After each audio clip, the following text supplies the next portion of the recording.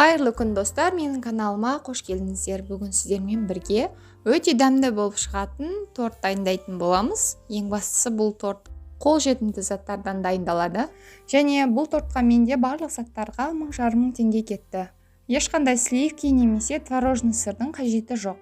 Сонымен бізге қажет заттар бұл: 4 жұмыртқа, шымшым тұз, разрыхлитель, сұйық май, қайнаған су, қант және ұн керек.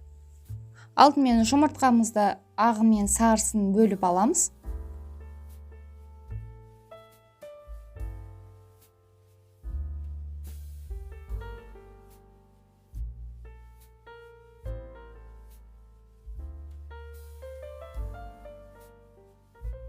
Сосын ағуызға шымшым тұзымызды саламыз және қанттың 3-тен 2 бөлігін саламыз. Ағуызымызға 3-тен 1 бөлігін сары уызымызға саламыз. Бисквит жасаудағы ең маңызды бөлік бұл жұмыртқаның бөлме температурасында болғаны дұрыс.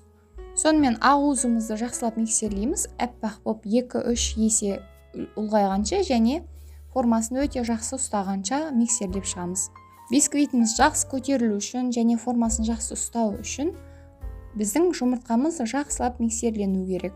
Және барлық заттарымыз бөлме температурасында болу керек. Сонда жұмыртқамен жұмыс өте оңай және жылдам дайын болатын болады.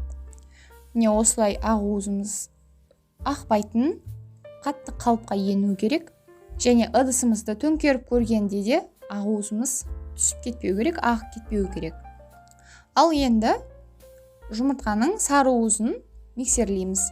Миксердің венчигін жуып тазалаудың қажеті жоқ, сол ағуыздан алған венчикпен миксерлей береміз. Ең бастысы, сары уызымыз аппақ түске еніп және қантымыз еру керек.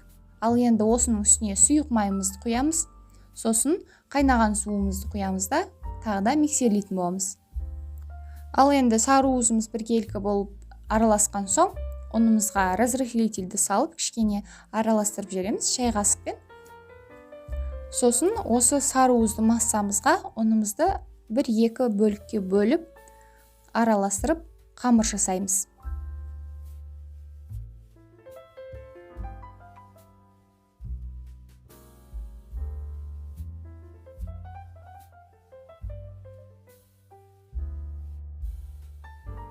Сонымен сары уызды қамырымыз дайын болды.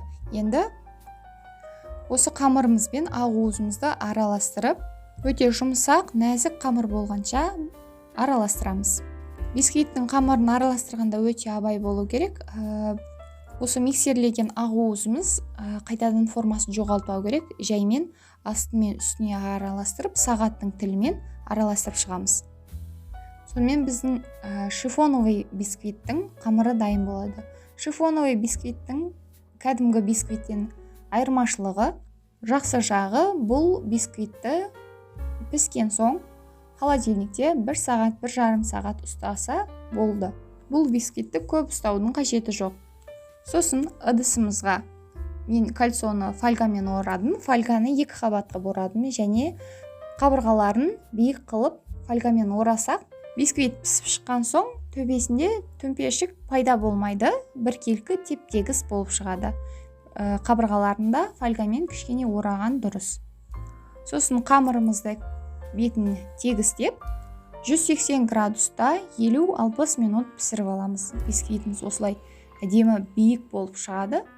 Сосын бетін пищевой пленкамен холодильникке 1,5 сағатқа қойып қоямыз. Міне дайын болды. Классикалық бисквитті ең аз дегенде холодильникте 2-3 сағат ұстау керек. Ал бұл бисквитке ондай көп уақыт ұстаудың қажеті жоқ. Себебі бұның құрамында май бар және су бар. Қамырдың өзінің құрамы ылғалды болып келеді. Осылай әдемі болып шығады, біркелкі тегіс және жұмсақ болып шығады. Енді осы бисквитімізді бөліктерге бөліп ала береміз. Сосын тортымызды жинайтын боламыз. Бисквитті кескен кезде алдымен шет-шеттерін кесіп аламыз. Пышағымыз өткір болу керек. Сосын жайлап ортасына қарай кесе беретін боламыз. Холодильникте салқында тұрғаннан соң бисквит өзінің ылғалдылығын сақтайды және кескен кезде де қатты үгітіліп, сақталып кетпейді. Міне көріп тұрсыздар, толық пісіп шыққан іші. Дәл осылай мен бисквитті 3 коржға бөліп алдым. Негізі кішкене жіңішкелеу, 4 коржға бөлсеңіздер де бола береді. Менде торттың диаметрі 20 сантиметр. Және бисквиттің биіктігі 7 сантиметр болып шықты. Өте жұмсақ әрі толық пісіп шыққан. Енді бисквитті жинау үшін кремін дайындайтын боламыз. Оған қажет заттар бұл қаймақ, қант және творожный масса. Нәзік творог қолдандым. Сонымен ыдысымызды алып, алдымен қаймағымызды саламыз, қантымызды саламыз және творожный массаны барлық заттарымызды бір ыдысқа салып араластыратын боламыз. Бұл кремді ешқандай миксерсіз, жай ғана венчиктің көмегімен дайындай салуға болады және өте жылдам дайын болады. Ең бастысы қол жетімді заттардан дайындалады, дәмі өте әдемі шығады.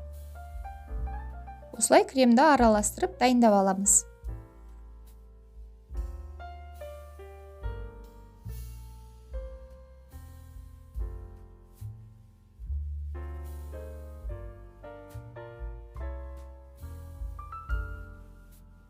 Креміміз дайын болды.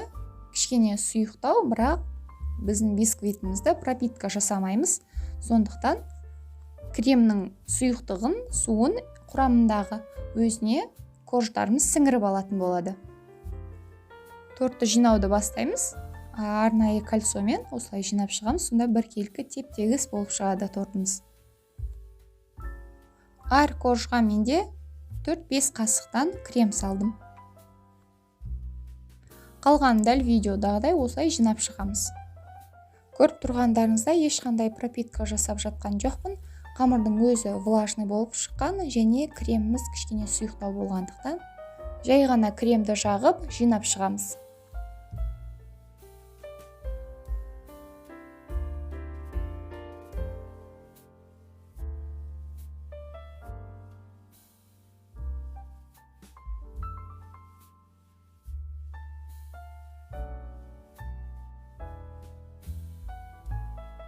Кремді толықтай жағып болған соң холодильникке 1 сағатқа қойып қоямыз. Және азырақ менде крем қалды, бұны басқа пирогқа қолданатын боламыз.